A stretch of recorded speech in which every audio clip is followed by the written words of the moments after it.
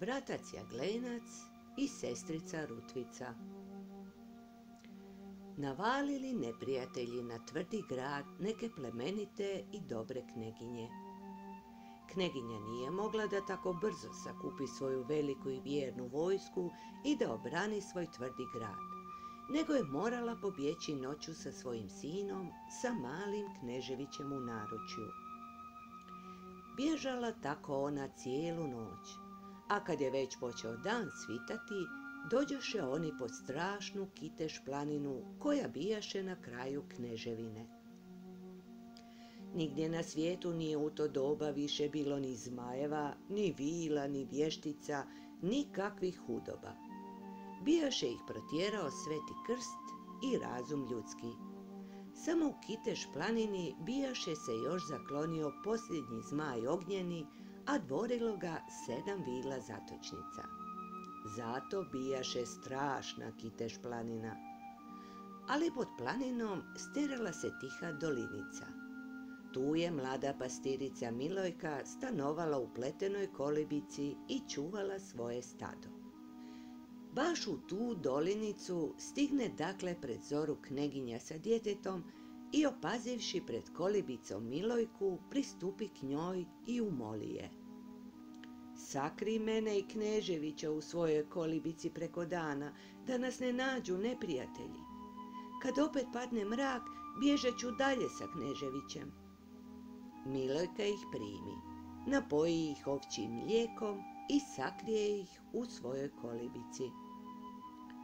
Kad je došla večer, reče plemenita i dobra kneginja: "Ja sad moram dalje poći sa Kneževićem, nego te molim, uzmi ovaj moj zlatni pojas i ovaj Kneževićev zlatni križić na crvenoj vrpci, da nas gdje god nađu neprijatelji, prepoznali bi nas po pojasu i križiću.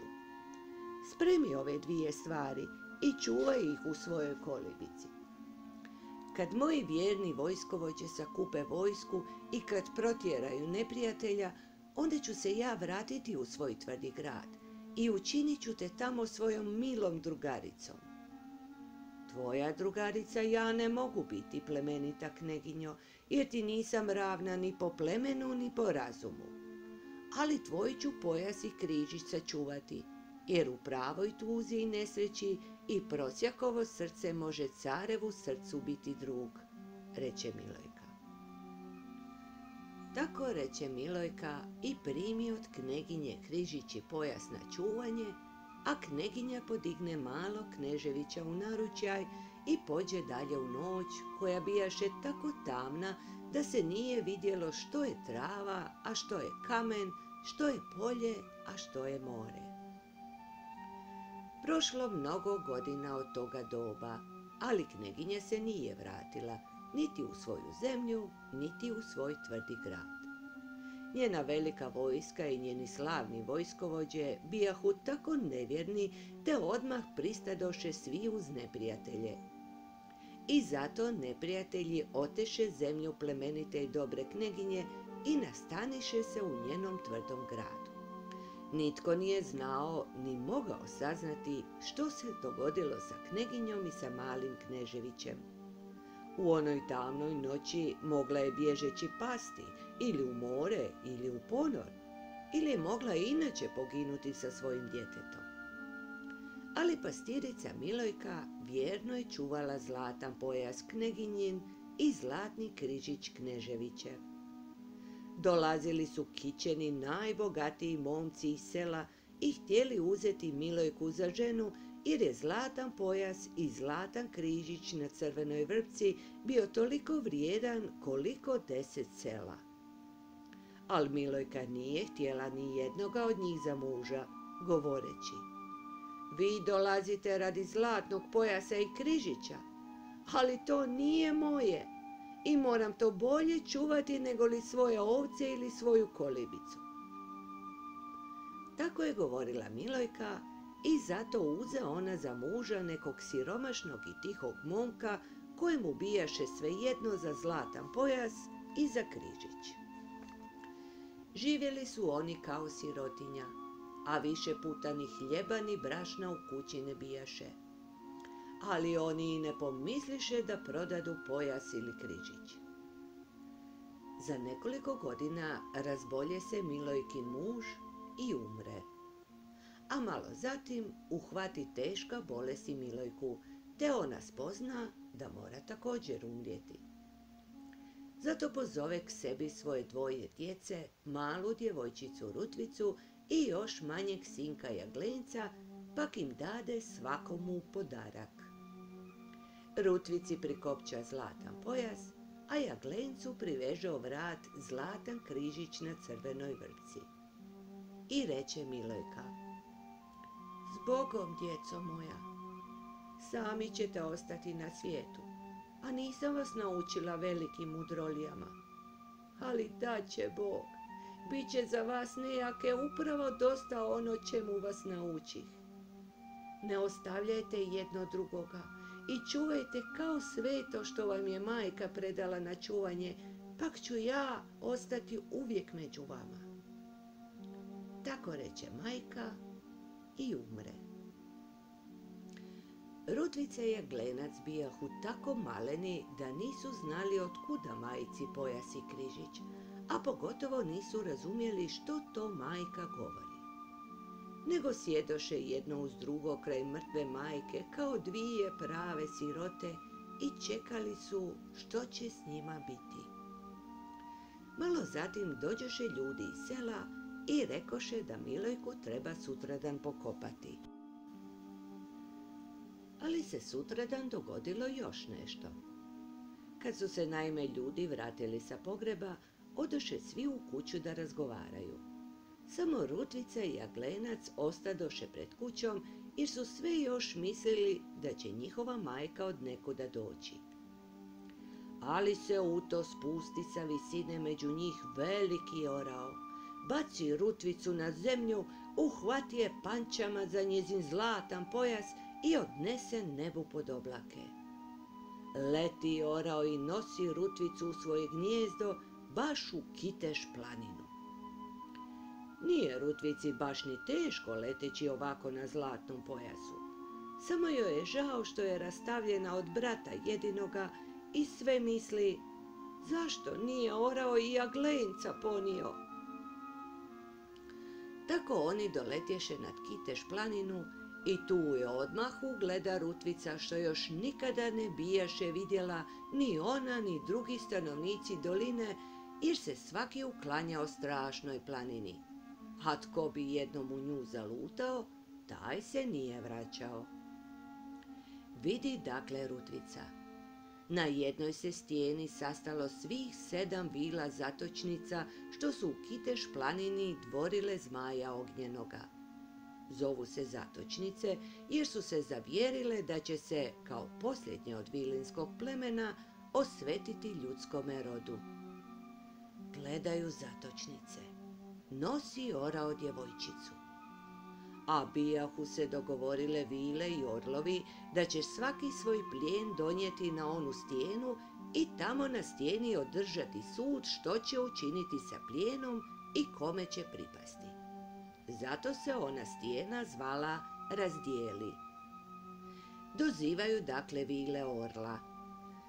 More, brate, klikune, spuštaj se na razdjele.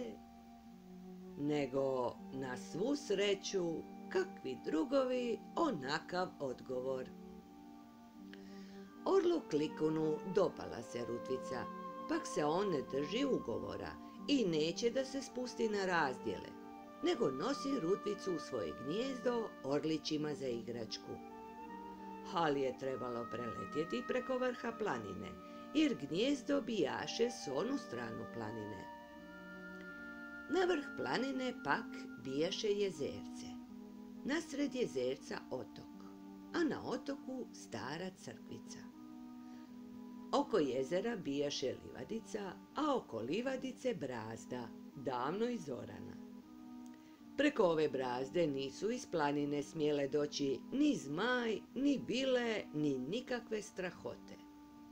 Tu je oko jezera cvalo i mirisalo cvijeće. Tu se zaklonile grlice i slavuji i sve umilno biće iz planine. Ne bijaše ni magle ni oblaka nad svetim oboranim jezerom, nego se uvijek sunašce sa mjesecom mijenjalo. Kad je Klikun doletio sa Rutvicom nad jezerce, opazi Rutvica crkvicu. A kad ona vidi crkvicu, sjeti se majke svoje. A kad se sjeti majke svoje, uhvati se za srdašce. A kad se uhvati za srdašce, raskopča se majčin darak, zlatan pojas na Rutvici.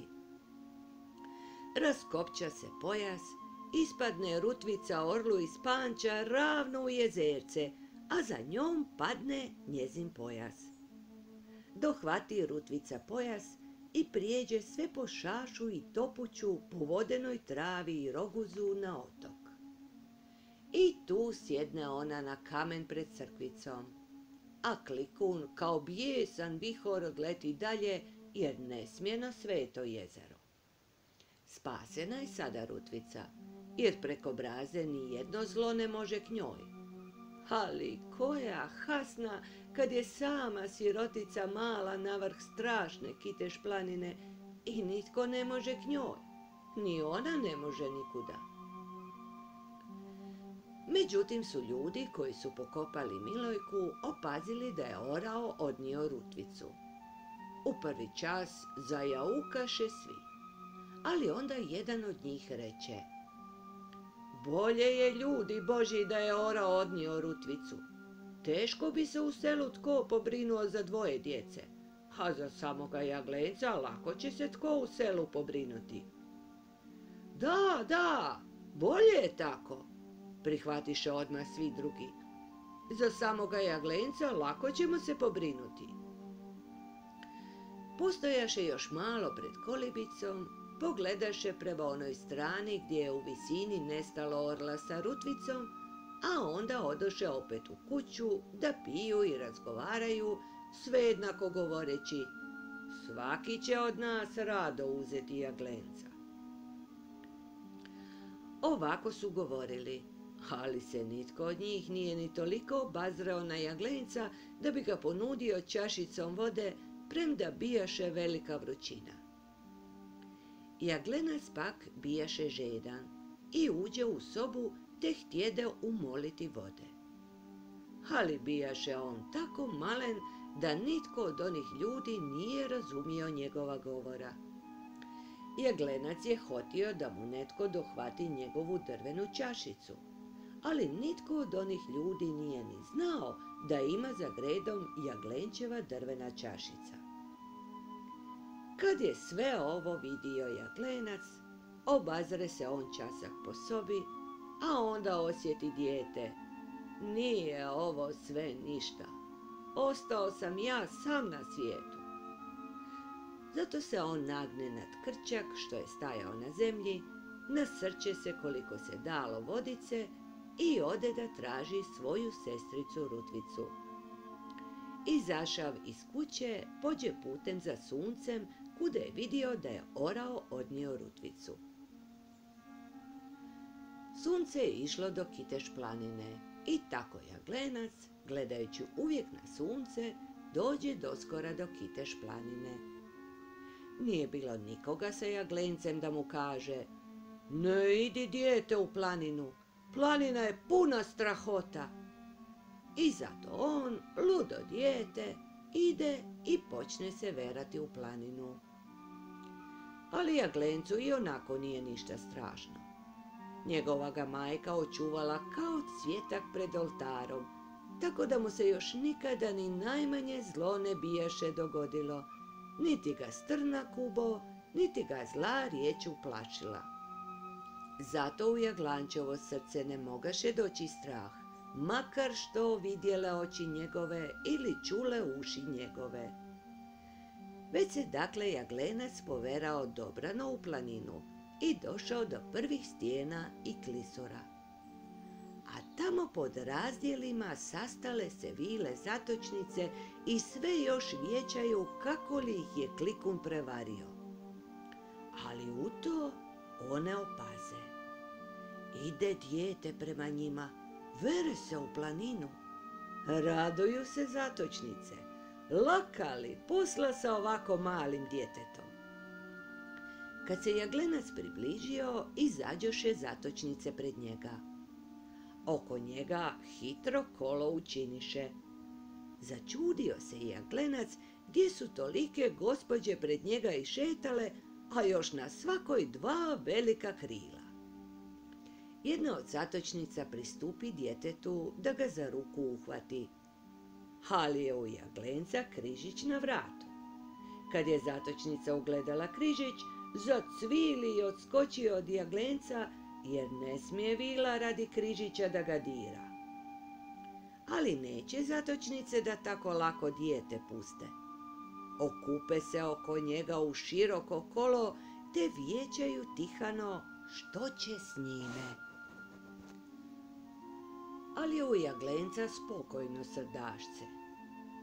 Zatočnice vijećaju i tako crne misli snuju, da im od njih crne šumske ose oko glave zuje, a jaglenac dotle gleda u njih i ništa zla od toga ne može da pomisli, a kamoli da se uplaši. Nego mu se dopala krila jedne zatočnice što onako domahuju i on pođe k njoj da ju izbliže ga vidi. Hej, ovo je dobro, pomisli zatočnica. Dirati ga ne smijem, ali ću ga namamiti u vučiju rupu. Tamo bijaše naime rupa granjem pokrivena da se ne može opaziti, a dolje u rupi stršili strašni kolci i bodovi. Tko god stane na ono granje, propadne odmah u rupu i ubije se na bodovima.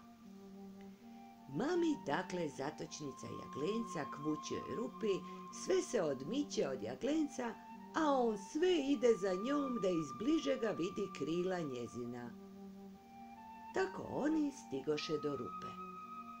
Zatočnica preleti rupu, a mali se jaglenac prevari, stane na granje i propadne u rupu.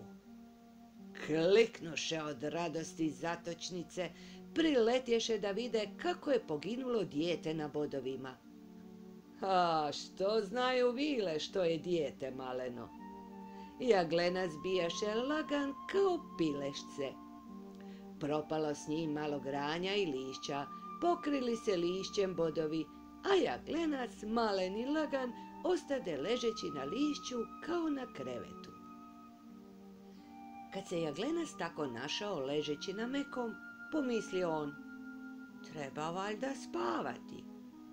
Te metne ručice pod glavu i zaspi slatko, ne misleći o tom da je uhvaćen u duboku rupu iz koje ne može izaći. Oko njega strše još mnogi nepokriveni bodovi, nad rupu se nagnule zlobne zatočnice, ali jaglenac spava tiho i spokojno, kao da na bosiljku spava. Ne miče se jaglenac, naučila ga tako mati govoreći, kad legneš, sinko, sklopi očice i ne miči se, da ne poplašiš anđela čuvara.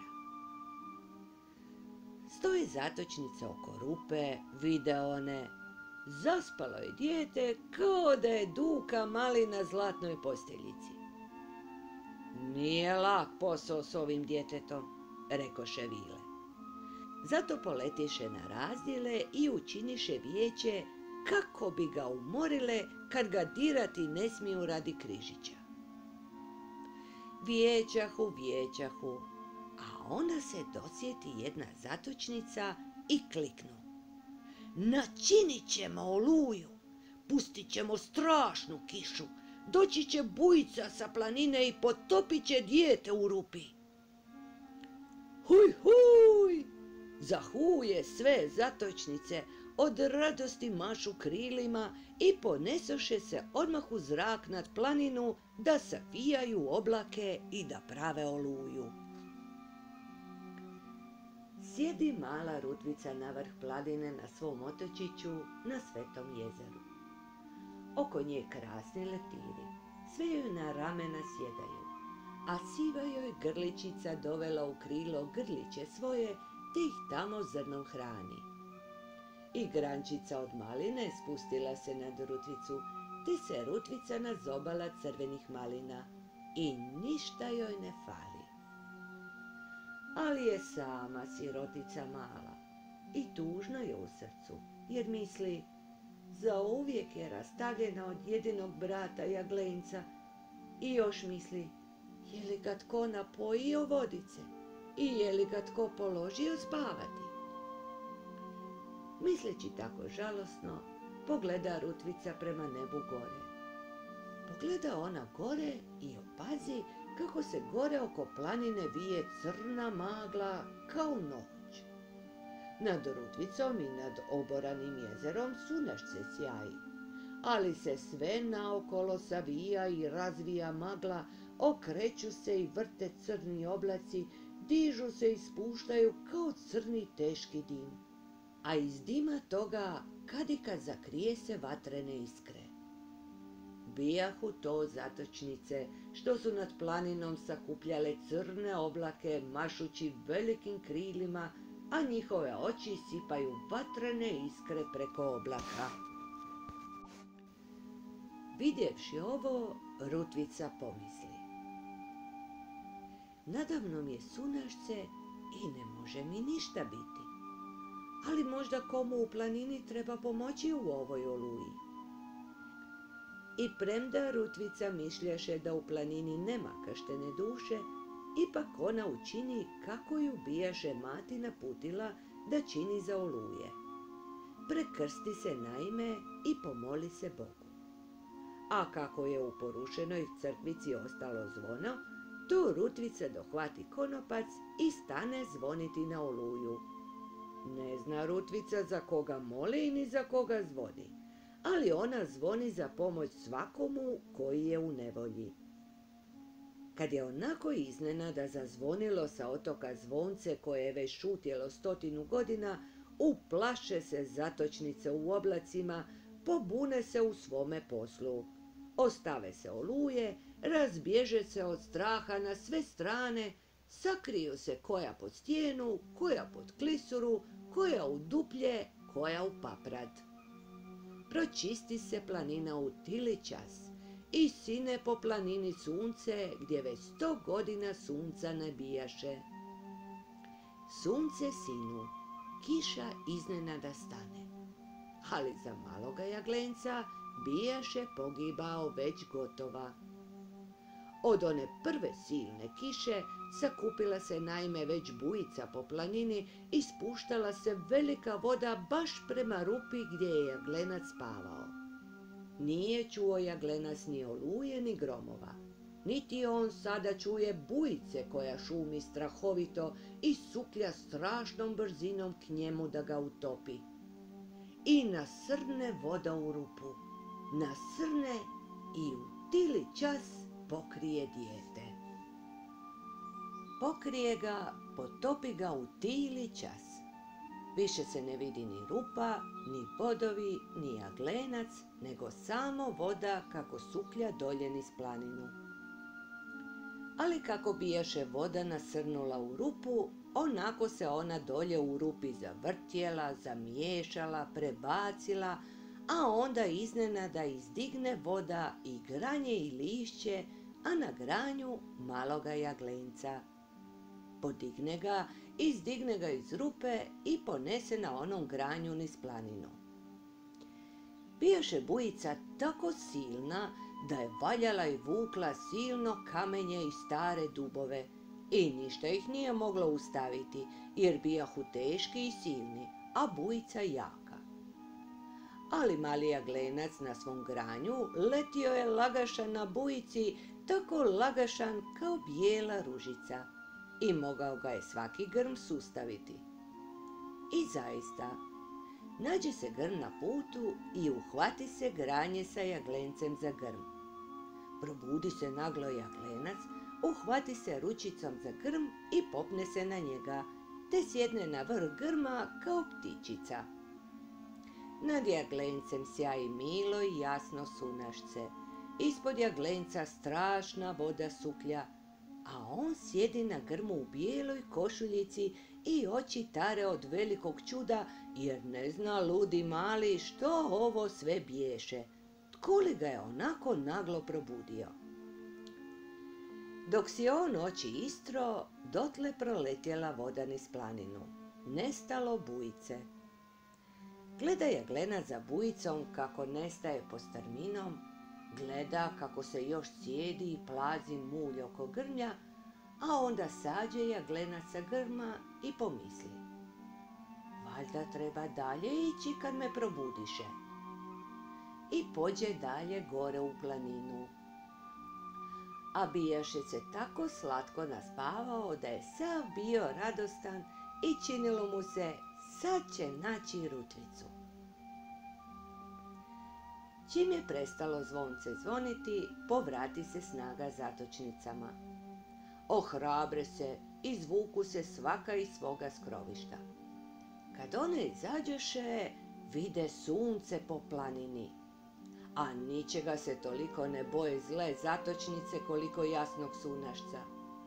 I kad ne mogu tako brzo da zamagle cijelu planinu, brže zamute svaka nešto magle oko sebe i poletješe do rupe da vide kako se utopio jaglenac. Kad one tamo i kad pogledaše u rupu, rupa prazna, jaglenca nema. Huknuše zatočnice od velike ljutosti i ogledaše se po planini, nije li ga gdje god voda o kamen ubila. Ali kad se zatočnice ogledaše, vide one. Ide jaglenac veselo svojim putem, sunašce mu po leđima košuljicu suši, a on si tihano popjeva, koliko dijete znade pjevati. Uteći će nam dijete ovo, bude li tako, zajauče jedna zatočnica. Jače je dijete od nas, nego da pozovemo zmaja ognjenoga da nam pomogne. Nemojte se sramotiti, sestre moje, rekne druga zatočnica. Valjda ćemo i same nadjačati onako slabašno djetence. Tako je govorila zatočnica, ali nije ona znala da je jači mali jaglenac u svojoj spokojnosti nego sva zloba i sva mudrost Kiteš planine. Poslat ćemo medvjedicu da nam umori dijete. Njema medvjedica ne boji se križa, reče jedna zatočnica. I poleti ona odmah do medvjeđe spilje. Leži medvjedica i igra se sa malim medvjedićem. Hajde, Medunko, na stazu tamo, stazom ide dijete, dočekaj ga, umori ga, Medunko kumo, reče zatočnica. Ne mogu da ostavim svog medvjedića, odgovori Medunka.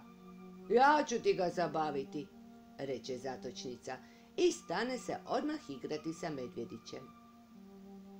Ode dakle Medunka na stazu, a ono već ide jaglenac. Odmah se podigla velika medvjedica na stražnje noge, pružila naprijed šape i tako ide k jaglencu da ga umori. Strašno je medvjedicu pogledati, ali jaglenac ništa strašno ni zlo ne vidi u njoj i ne može ništa drugo pomisliti nego ovo. Ide eno netko i pruža mi ruke. Treba da mu i ja ruke pružim.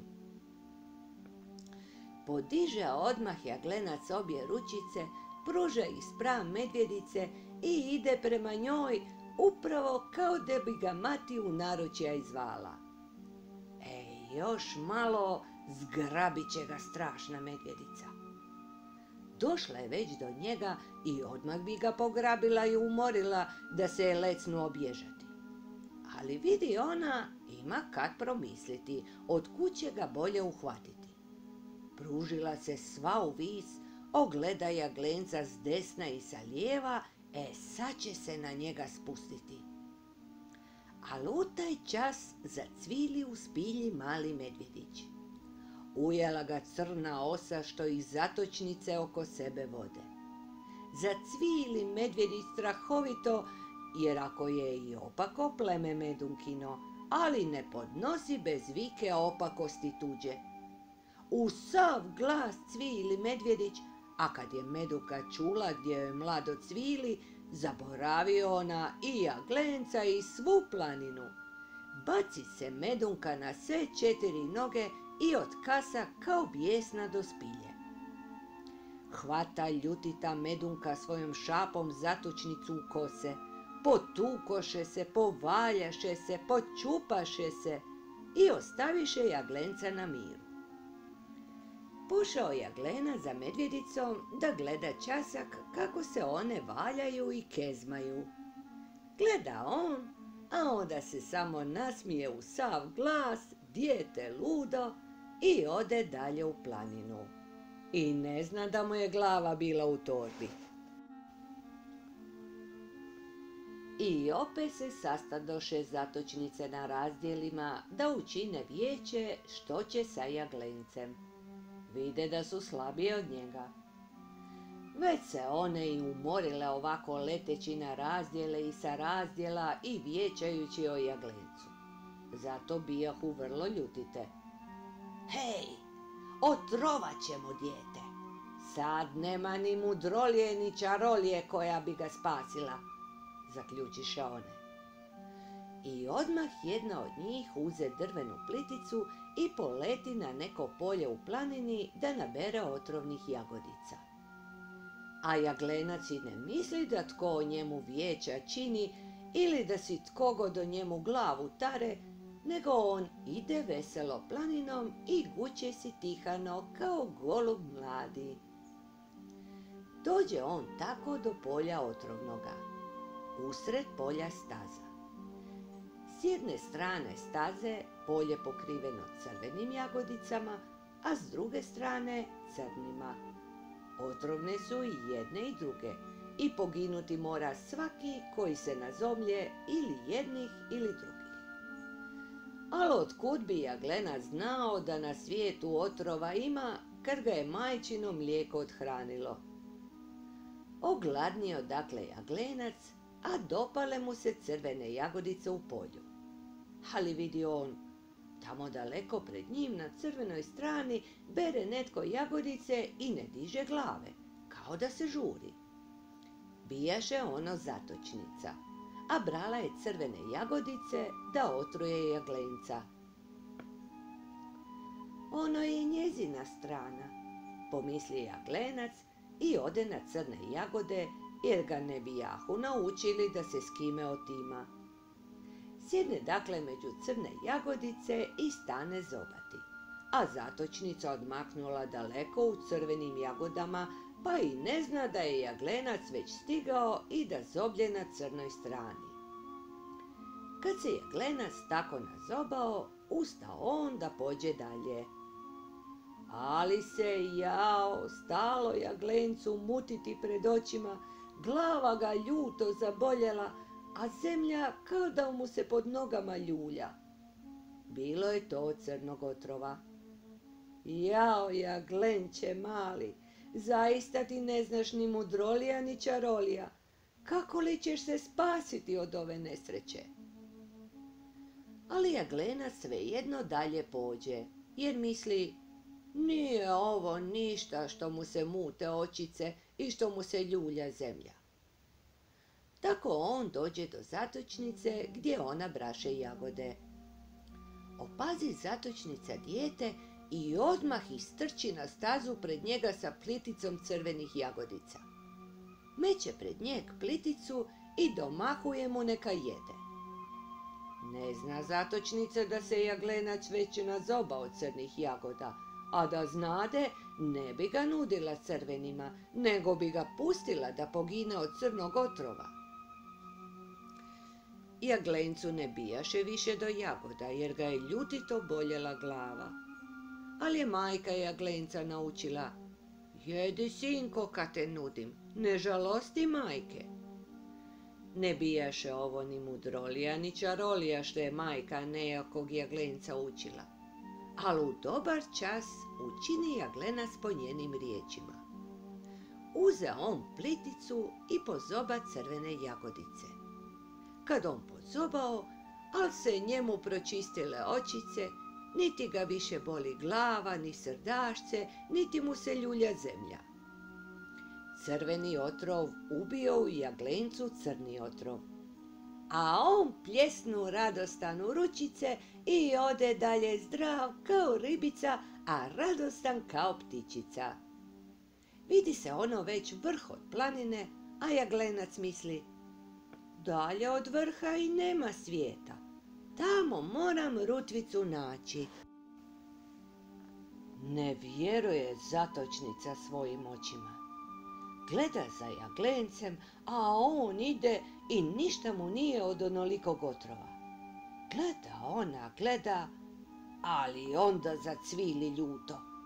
Ne zna kojim čudom se jaglena spasao.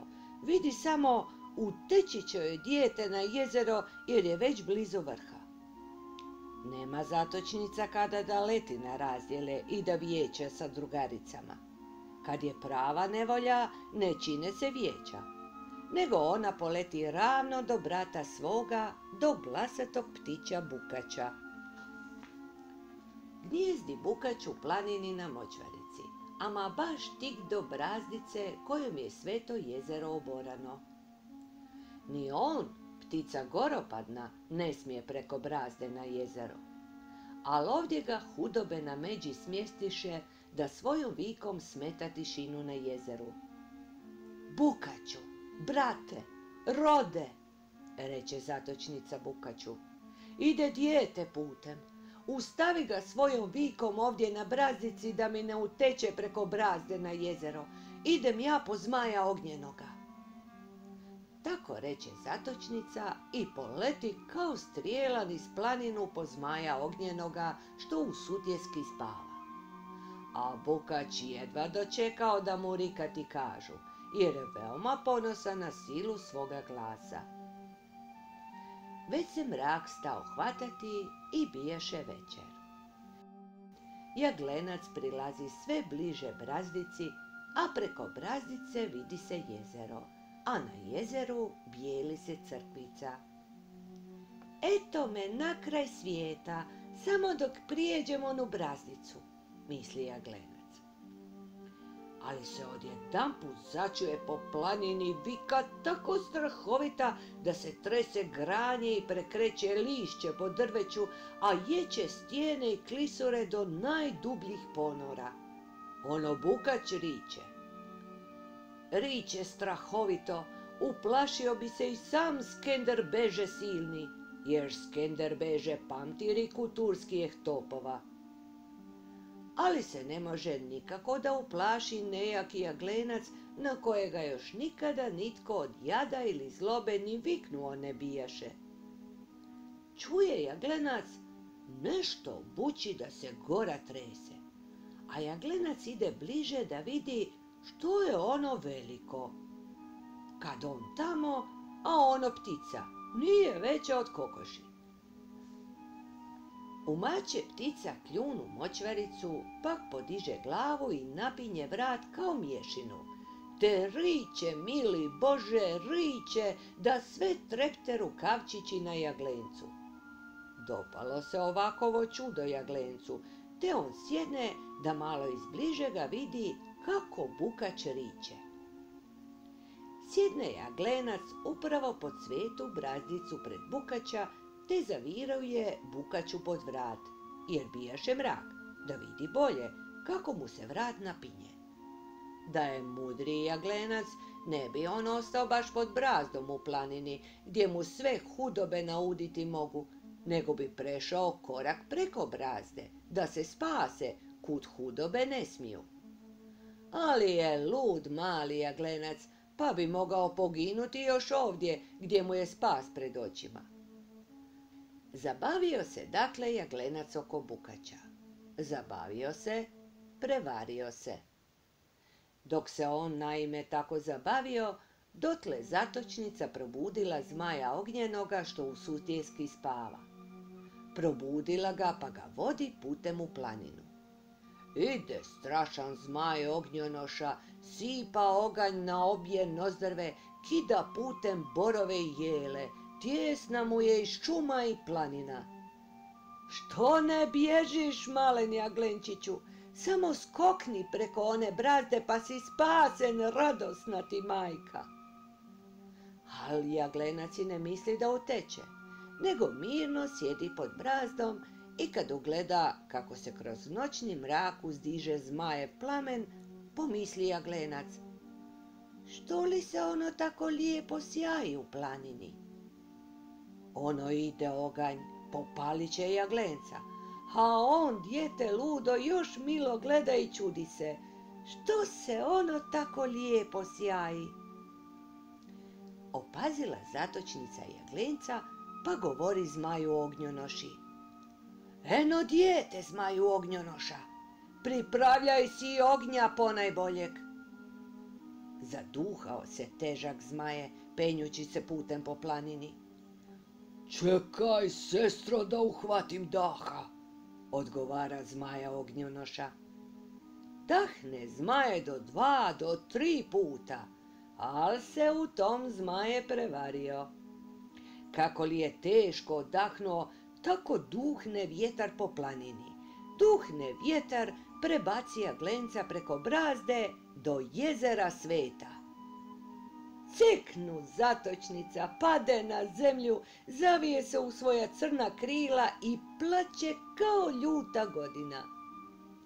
Puše bijesan zmaje, oganj sipa kao 10 peći žarenih. Al ni oganj preko brazde ne može, nego kako oganj do brazdice dohodi, onako se propinje nebu pod oblake, kao da se bije o mramorne stijene. Frču, siplju iskre i plameni, vraćaju se nad Kiteš planinu. Pol planine zmaje popalio, ali jaglenca malog izgubio. Kad je vjetar jaglenca prebacio, nasmije se jaglenac što je onako brzo poletio. Nasmije se on jedanput, nasmije se 2 puta. A na jezeru pred crkvicom sjedi Rutvica.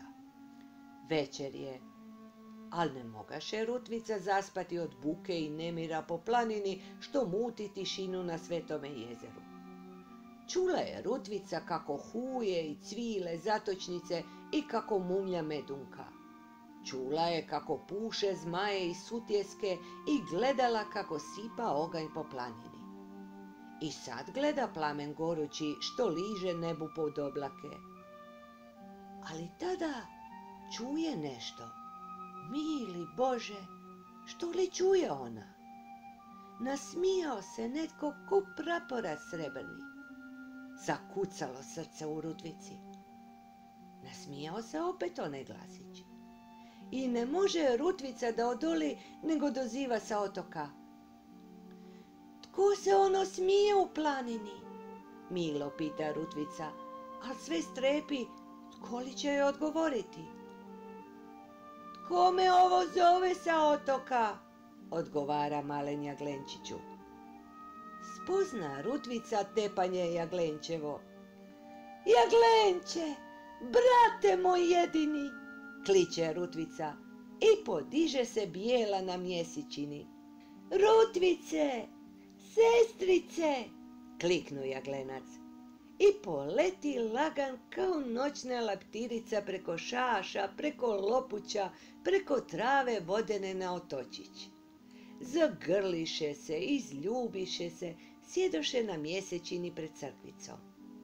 Nešto malo razgovarahu, ali ne znaju puno da kažu, nego metnuše ručicu u ručicu i zaspaše.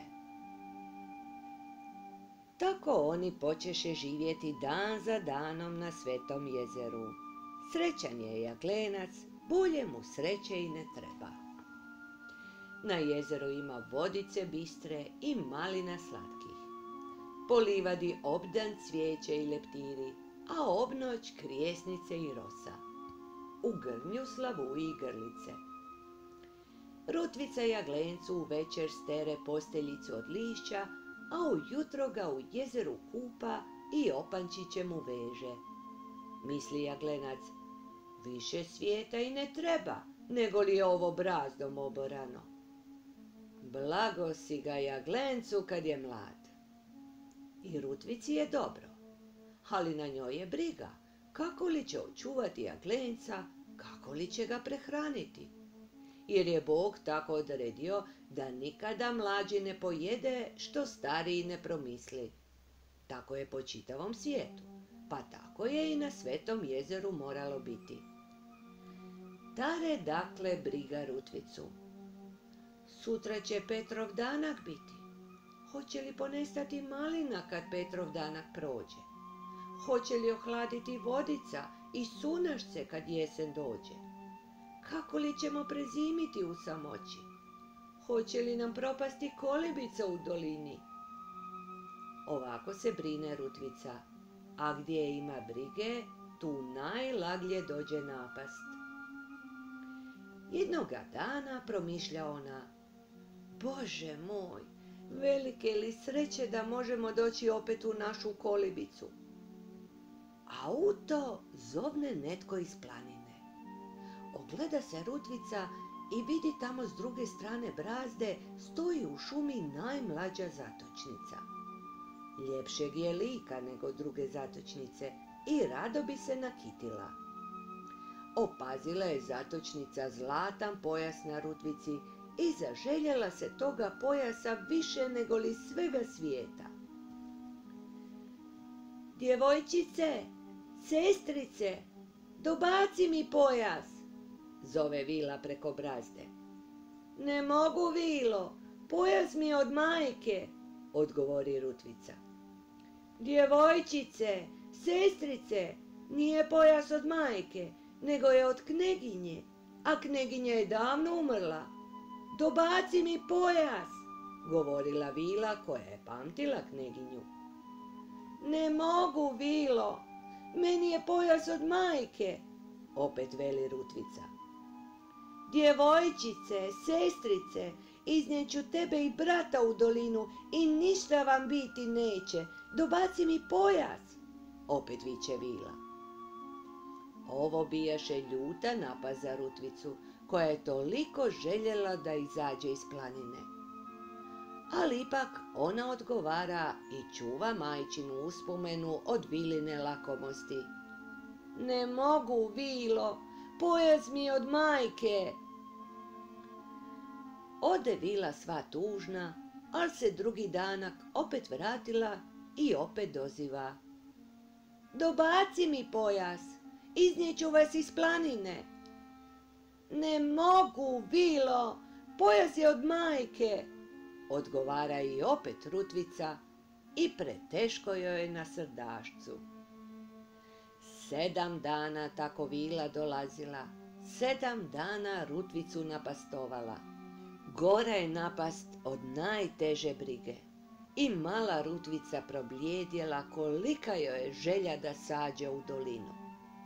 Ali ipak ona ne da pojasa.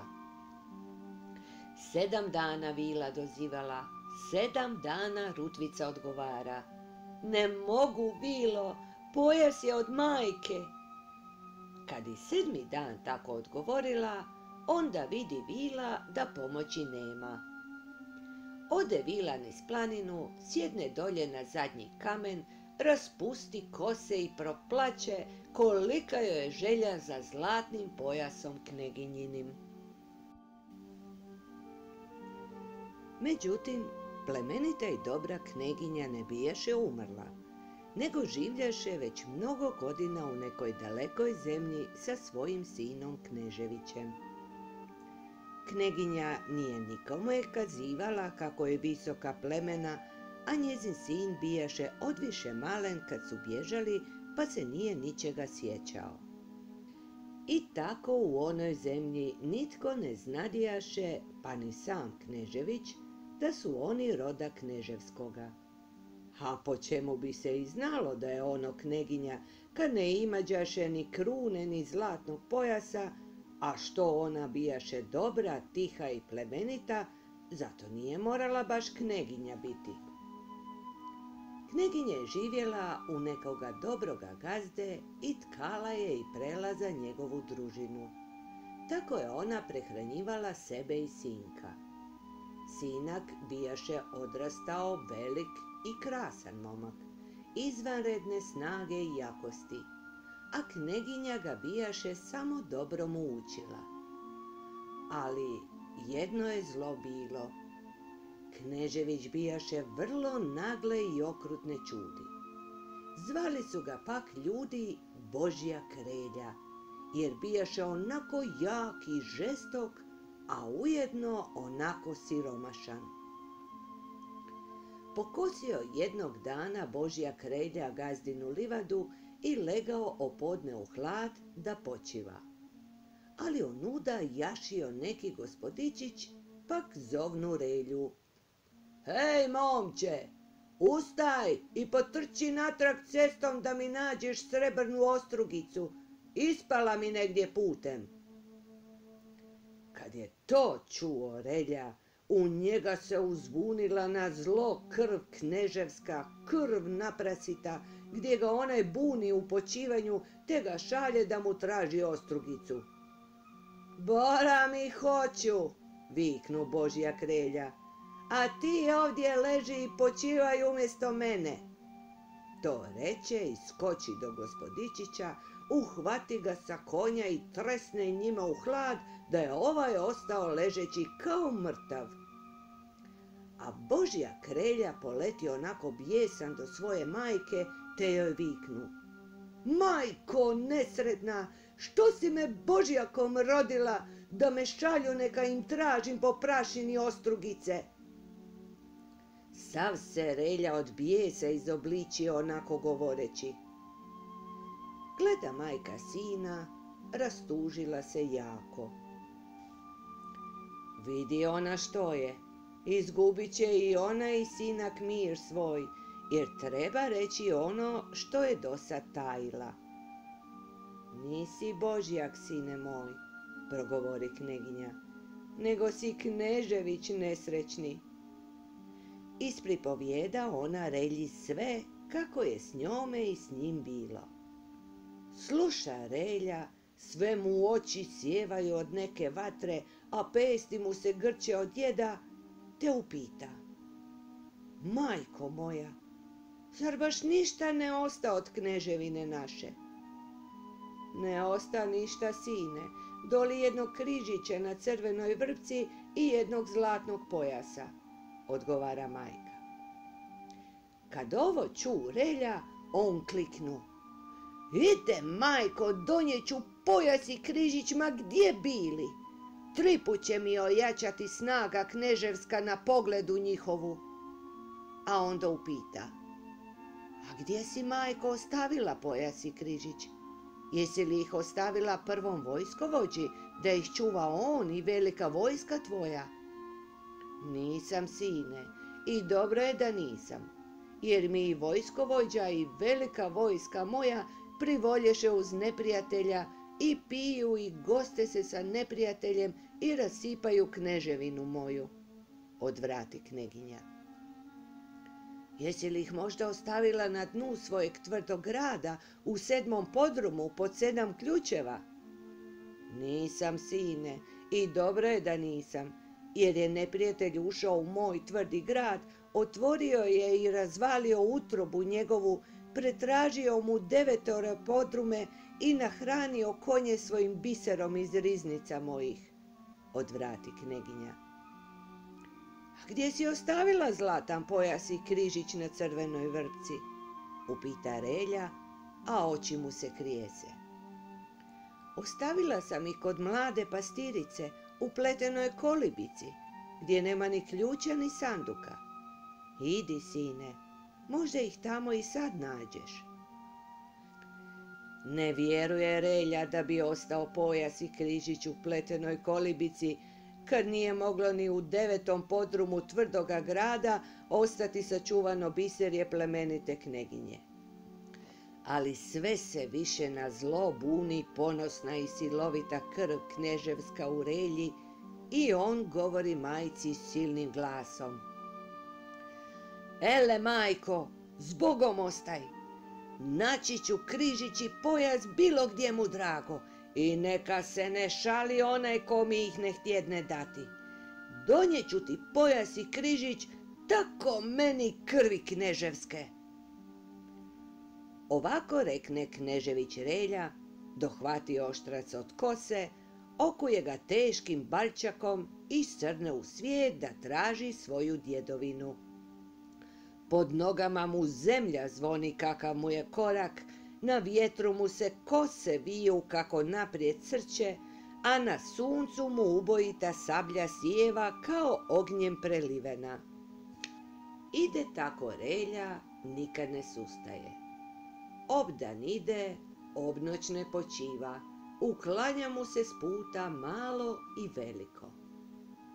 Daleko je do Kiteš planine, ali Relja lako puta saznaše, jer je Kiteš planina poznata i u 7. carstvu sa svoje strahote.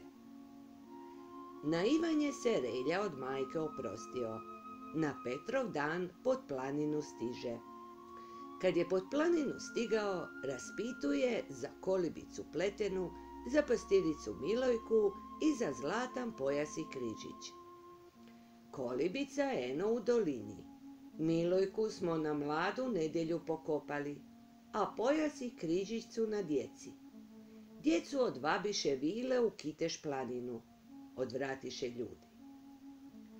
Velika jarost uhvati Relju kad je dočuo da su mu križić i pojas odneseni u Kiteš planinu. Ne zna od jara bi li prije poletio u planinu ili bi prije za tvrdi grad saznao za kojim ga želja najveća mori. A gdje je tvrdi grad plemenite kneginje? Povika tada Relja. Eno ga, ima do njega 1 dan puta, odvratiše ljudi. A kako je u gradu? Upita Relja i sve mu sablja u ruci poigrava. Kazujte mi sve što znate. Nije nitko od nas u gradu bio, jer su tvrda srca njegovi gospodari. Postavili oko grada ljute čaglje i nijeme stražare, niti se možemo kroz čaglje probiti, niti se znamo straži namoliti, odvratiše ljudi. A u gradu kićena gospoda, u dvorani rujno vince piju, u srebrne tamburice biju, ter se meću zlatnim jabukama preko saga svilom izvezenih. A u trijemu 200 poslenika, izrezuju srce iz sedefa, izrađuju gospodske nišene. Kad gospoda veliki pir učine, ta dalemom puške nabijaju i gađaju srca od sedefa. Tako pričaju ljudi, a Relji se zamaglilo pred očima od strašnoga gnjeva, slušajući kako se nemilo trati blago iz podruma njegove majke. Malo postoji Relja, a onda kliknu. Idem u planinu da dobavim križa i pojasa, a onda ću se vratiti na te, tvrdi grade moj. Tako kliknu Relja i nad glavom sablju uzvitlao, pa poleti u Kiteš planinu. Kad on tamo, al u sutjeski silan zmaje spava. Bijaše se zmaje ljuto umorio sipljući onoliku vatru na jaglenca, zato bijaše duboko zaspao da prikupi nove snage. Ali je Relja jedva dočekao da se s kime pobije, da iskali jad i silu svoju. Dosadilo mu što mu se putem uklanjalo malo i veliko, pa sad poleti do zmaja ognjenoga, ne bi li zmaja na mejdan probudio. Junak silni bijaše Relja, a strahovit bijaše zmaj. Zato im se mejdan u pjesmi kazuje gdje k zmaju Relja poletio. Sabljom zmaja u bokove dira, ne bi li se zmaje probudio. Kada zmaje glavu podigao i nad sobom Relju ugledao, skoči zmaje, stijenu odvaljuje, sutjesku je drevnu proširio, za bojakim polje pripravio. Pa se diže zmaje pod oblake, sa oblaka na Relju se spušta, sa Reljom je mejdan učinio. Grmi zemlja, a lome se stijene, bije zmaje zubom i plamenom i udara glavom ognjevitom. A Relja ga sabljom dočekuje i kako ga sabljom dočekuje, tako sabljom plamen razmahuje, ne bi li sablja mjesto ugledala gdje bi zmaju glavi doskočila. U koštac se tako uhvatiše, pa se more već ne rastaviše, bojak bijući ljetni dan do podne. Al je zmaju snaga oslabila, a od one na srcu sramote što utječe nejak jaglenčiću. A relji je snaga ojačala, bojak bijuć za očinstvo svoje. Podiglo se sunce do podneva, diže relja sablju prema suncu, sablju diže, a Boga zaziva. Padne sablja zmaju među oči, laka sablja, lako udarila, al na dvoje zmaja rastavila. Mrtav zmaje u sutjesku padne, kako li se golem ispružio, sutjesku je drevnu zatvorio. Tako silan relja zmaja ognjenoga savlada, ali ga zaboljele junačke ruke i ramena. Zato govori relja sam sebi: ako ovako dalje bude, neću nikad proći kroz planinu. Treba promisliti što da učinim. Vrati se relja pod planinu, sjedne na kamen i stade junak misliti kako li će kroz planinu proći, kako li će strahote savladati i gdje li će naći djecu Milojkinu, a na njima zlatan pojas i križić. Teško se bijaše relja zamislio, a najednom čuje kako blizu njega netko plače i nariče. Ogleda se relja i vidi. Sjedi vila na kamenu, kosu raspustila i ljuto se rasplakala. Što je tebi lijepa, djevojko? Zašto plačeš? Upita relja. Plačem, junače, jer ne mogu dobiti zlatnog pojasa od djeteta na jezeru, odvrati vila. Kad je ovo čuo relja, vrlo se obradovao. Reci mi, djevojko, gdje je put do jezera? Upita relja. A tko si ti, neznanadelio? Uzvraća mu pitanje vila. Knežević sam relja i tražim zlatan pojas i križić na crvenoj vrpci, odvraća relja. Kad je ovo vila dočula, pomisle ona u zlobnome srcu svome. Dobre li sreće za mene? Samo neka relja pojasa jezera u planinu donese, lako ću ja relju pogubiti i pojasa zadobiti. Pa mudra vila relji ovako slatko besjedi. Hajdemo, kneževiću, provešću te kroz planinu, ništa ti biti neće i pokazat ću ti gdje su djeca. Zašto da ti ne dobiješ ono što je tvoje od starine? Tako slatko govori vila, a u srcu drugačije misli. Relja se pak vrlo obradovao i odmah pristane da ide s vilom. Pođoše oni dakle kroz planinu. Ne diraju relju ni vile ni hudobe, jer ga vodi mlada zatočnica. Putem divani vila sa reljom i u srcu jad mu podjaruje.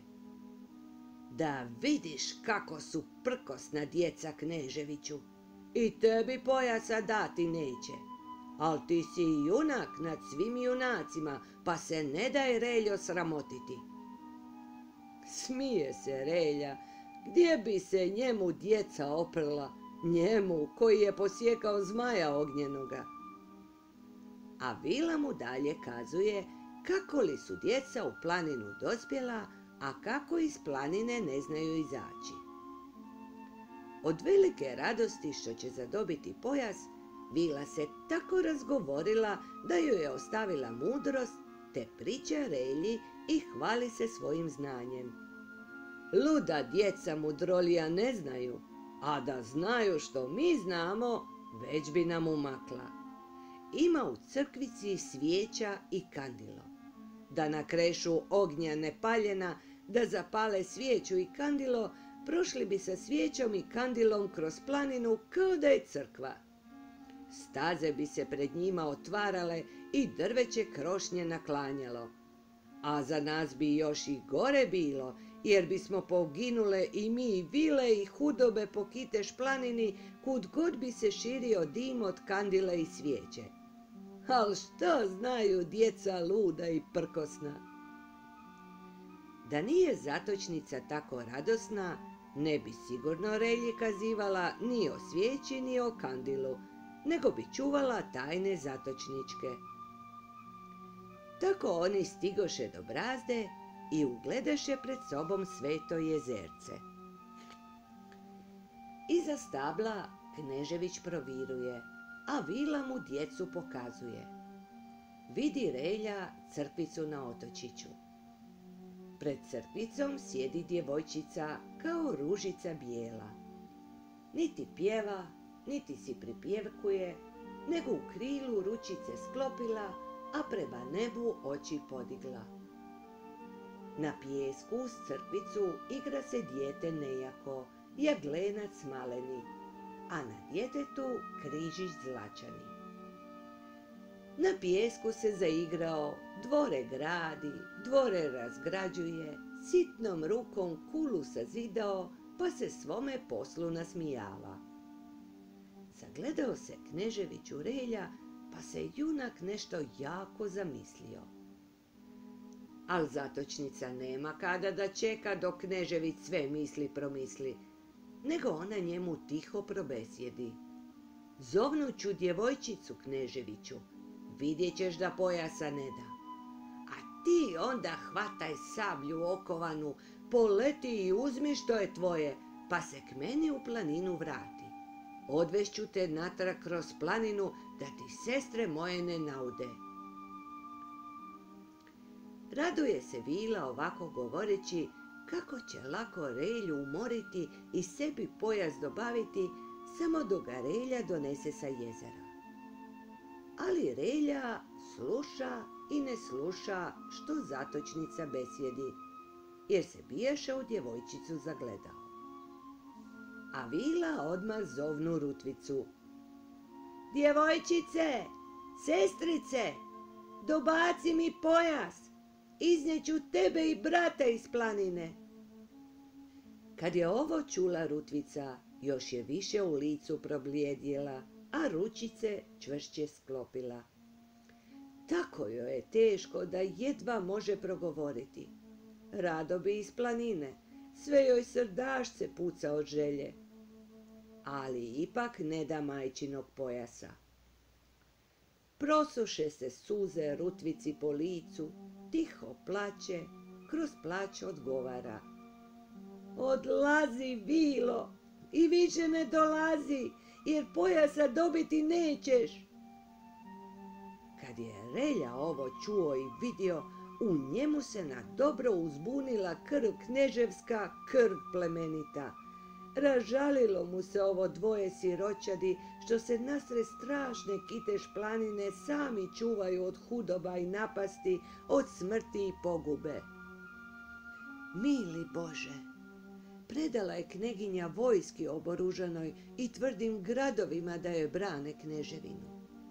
I propade kneževina. A evo djeca su ostala sama na svijetu, dopala su među vile i zmajeve i ne mogu im ni vile ni zmajevi oteti što im je majka dala. Sav se Relja u licu promijenio kako mu se srce ražalilo nad djecom. Promijenio se pa okrenuo k zatočnici. Ogleda se zatočnica na Relju. Je li Relja sablju podigao da njome sjeće prkosljivu djecu? Ali Relja sablju podigao pa se njome Vili zagrozio. Bježi, Vilo, nikad te ne bilo, da me nisi provela planinom, Rusu bi ti odsjekao glavu. Nisam se ja, Knežević, rodio, niti sam tešku sablju okovao da ja robim po svijetu sirote. Prestraši se jadna zatočnica. Skoči i ona, bježi u planinu. Još za njome dovikuje Relja. Idi, zovi vile i hudobe, ne boji se Knežević Relja. Kad je vila odbjegla u planinu, prijeđe Relja preko brazde napram djeci na otoku. Kako li se razveselila Rutvica kad vidje da k njima ide čovjek i milo ih gleda. Skoči ona, raširi obje ruke, kao što ptičica raširi krila kad ju uhvaćenu iz ruke ispustiš. Ne mogaše Rutvica drugo ni pomisliti, nego da je Relja došao da ih spase iz planine. Potrča Rutvica do jaglenca, uzme ga za ruku i njih dvoje prijeđoše do Relje po mostiću, što ga bijahu njihove male ručice isplele po šašu.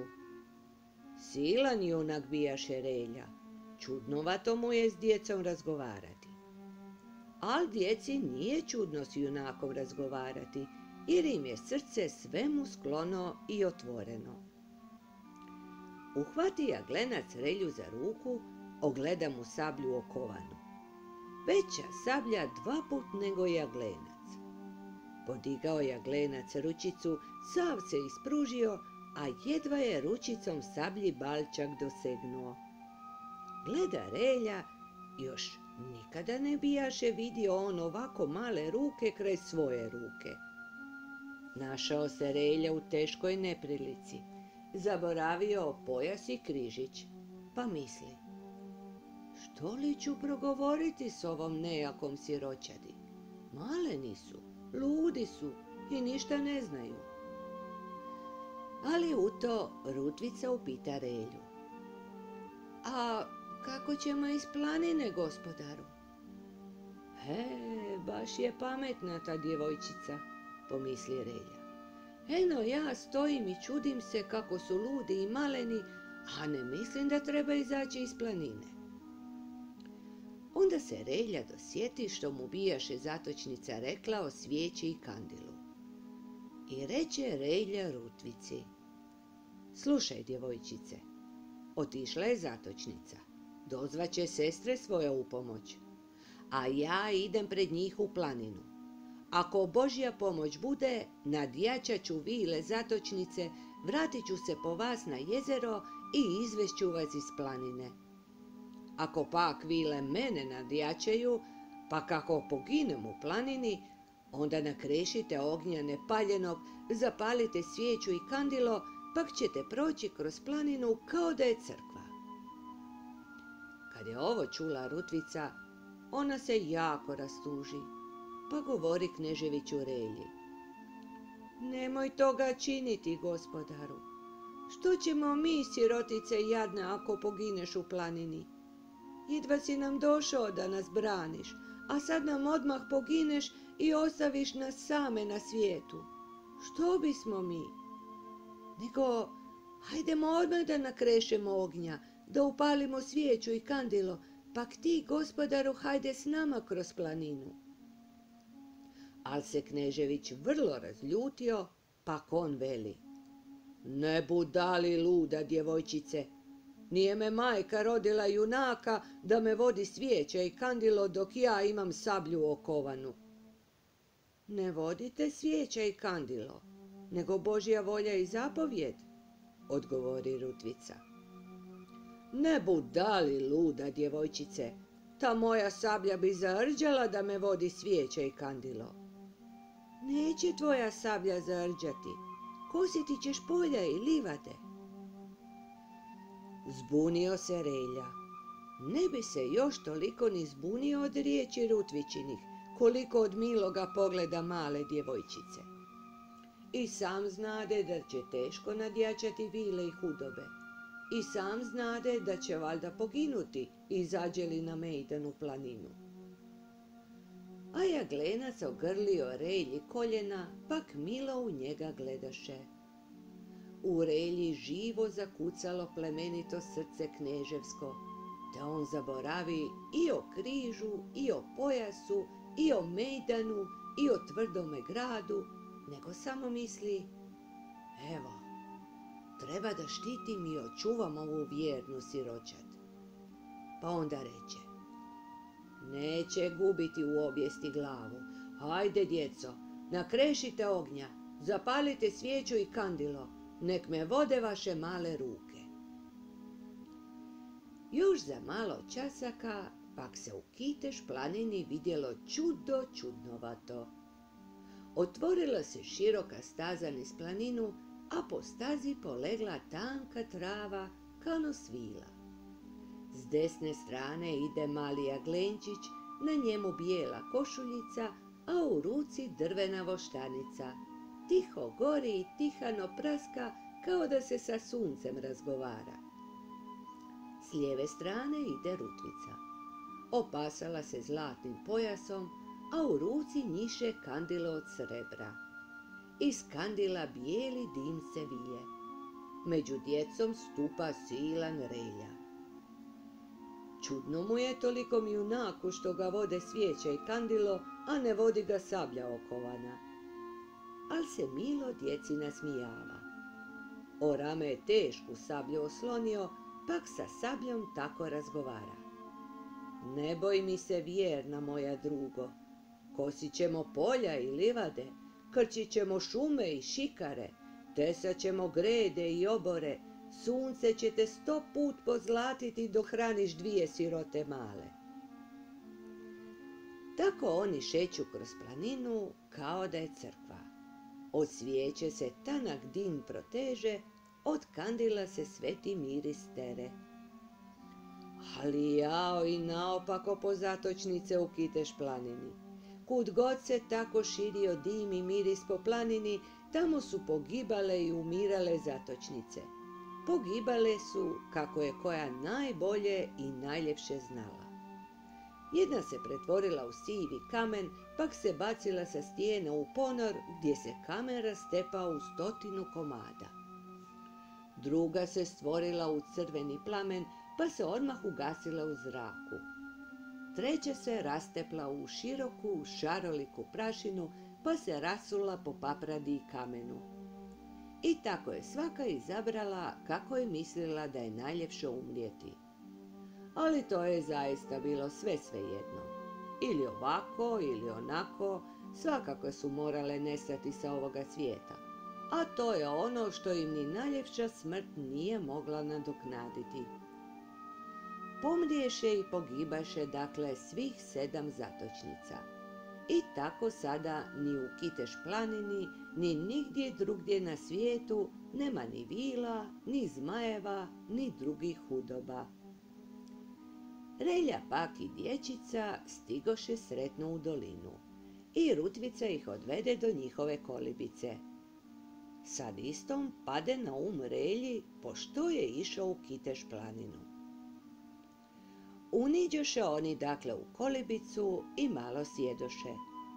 Rutvica, znajući za majčino ubogarsko spremište, nađe u kolibici malo suhog sirca, pa založiše. No Relja sada nije pravo znao što će ni kako će sa ovo dvoje siročadi. Otkad sađoše u dolinu, Relja neprestano opet mišljaše i na tvrdi grad i na svoje obećanje koje bijaše zadao majci da će joj donijeti križić i pojas. Zato reče Relja Rutvici: slušaj, djevojčice, ti i tvoj brat morate mi sada dati zlatan pojas i križić, jer je to moje.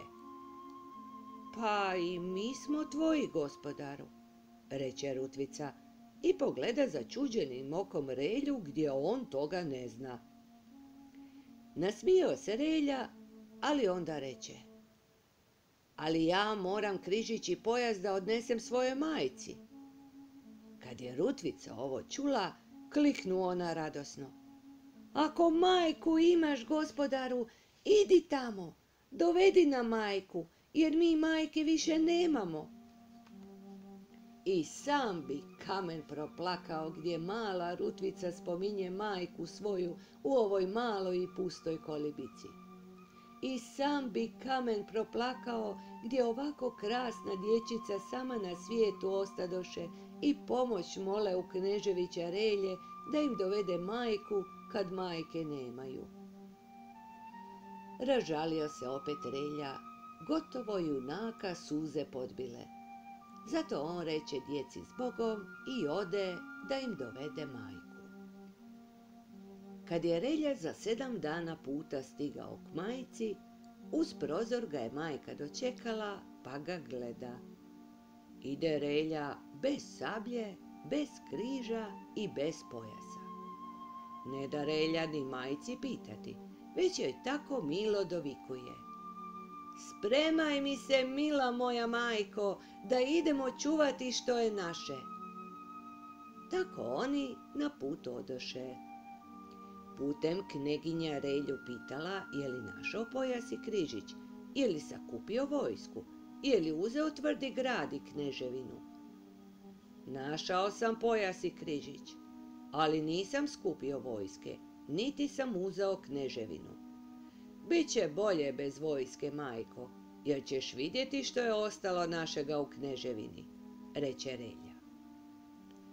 Opet za 7 dana stigoše oni do kolibice gdje ih čekahu Rutvica i Jaglenac. Mili Bože, velike li radosti gdje se dobre duše sastadoše. Zagrlila kneginja Rutvicu i Jaglenca, izljubila im i lica i očice i ručice i ustašca. Ne može se od njih rastaviti. Toliko su joj draga djeca sirotinska iz njezine stare kneževine. Tako oni stadoše živjeti svi zajedno u dolinici. Dakako da im bijaše tijesna mala kolibica, ali su u Relje silne ruke bile, pa im sazida kućicu od kamena. Živjeli su oni tihano i blaženo. Jaglenac pase ovce i jagnjiće, Rutvica redi kuću i baščicu, kneginja prede i šije košulje, a Relja radi na polju i livadi.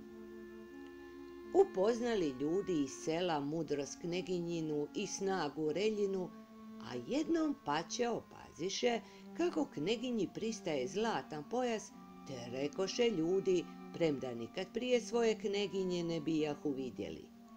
Ovo je sigurno naša plemenita kneginja. Zato darovaše Relji i kneginji veliki komad zemlje u dolini, pa umolili Relju da im u svemu bude vođa, a kneginja da im bude savjetnica. Dao Bog blagoslova Reljinoj snazi i mudrosti kneginjinoj. Proširile se livade i polja njihova, prikupila se oko njih i druga sela, okitile se po selima bašće i kućice. A u tvrdome gradu, međutim, kićena gospoda jednako su pila i pirovala. No, ovo je trajalo već od više godina. Pak, premda bijahu podrumi i riznice tvrdoga grada najbogatiji u 7 carevina, ipak je nakon toliko godina počelo u njima nestajati alema.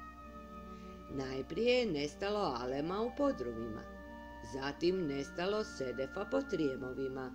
Još malo potrajalo, pak nestalo i kruha slugama koji se bijahu zalijenili. Zatim pače nestade i mesa čagljima i stražarima. Nevjerne sluge odmah se pobuniše, čaglji se razbjegoše, straže ostaviše svoja mjesta. Ali sve ovo još ne zabrinu gospodu, jer bijahu izgubili pamet od vina i pirovanja. Nego jednoga dana ponestade gospodi vina. Tad se oni odlučiše da se sastanu u vijeće. Sastadoše se u najvećoj dvorani, te vijećahu odakle će vina dobiti, jer oko grada bijaše sve pusto, svi ljudi bijahu odselili, a vinova loza podivljala. Vijećahu dakle gospoda.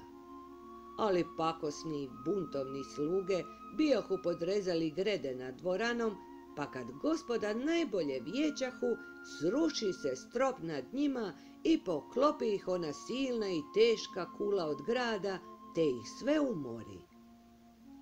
Kad sluge čuše gdje je propadala i srušila se kula, odbjegoše od grada. I tako grad ostade i bez čagalja, i bez sluga, i bez kićene gospode, razrušen, pust i kao mrtav. Pročulo se to doskora po svoj kneževini, a nitko živi ne pođe da vidi što se dogodilo u mrtvome gradu. Nego se sakupiše ljudi sa svih strana kneževine, te odoše pod Kitež planinu da umole Relju nekim bude knezom, jer bijahu doznali za snago i junaštvo njegovo i za mudrost plemenite kneginje. Još obećeše ljudi da će im sami svojom rukom podići bijele dvore kneževske. Relja prihvati što mu je narod nudio, jer je pravo sudio, da mu je Bog zato dao toliko snage i junaštva i da ga je zato oslobodio okrutnosti i nasilnosti, da uzmogne biti na korist svojoj kneževini. Relja dakle postade knezom, te kneginja, koja tada bijaše već ostarjela, doživi tako po stare dane veliku radost. I kad su prvi put ulazili kneginja i Relja sa Jaglencem i Rutvicom u nove bijele dvore, bijaše to veliko slavlje. Seoska su dječica sterala neveni bosiljak kuda su oni stupali, a dohvaćajući se skuta kneginjina, ljubili su ga ljudi i žene. A kneginja se tada, sjajući od radosti, sjeti kako bez vjernosti Rutvičine i Jaglenčeve svega ovoga ne bi bilo, te prigrli srcu svome Rutvicu i Jaglenca i reče: sretne li kneževine koje blago ne čuvaju ni silne vojske ni tvrdi gradovi, nego majke i dječica u pastirskoj kolibici. Takova kneževina propasti ne može. Knez Relja vjenčao se poslije sa Rutvicom. I nikada na svijetu ljepše i milije kneginjice nije bilo, nego li bijaše kneginjica Rutvica. Jaglenac pak odrastao do krasna i hitra momka. Jašio šarca vatrenoga i često sa šarcem prolazio Kitež planinom, gdje su na vrh planine poslanici zidali novu crkvicu na Svetom jezeru.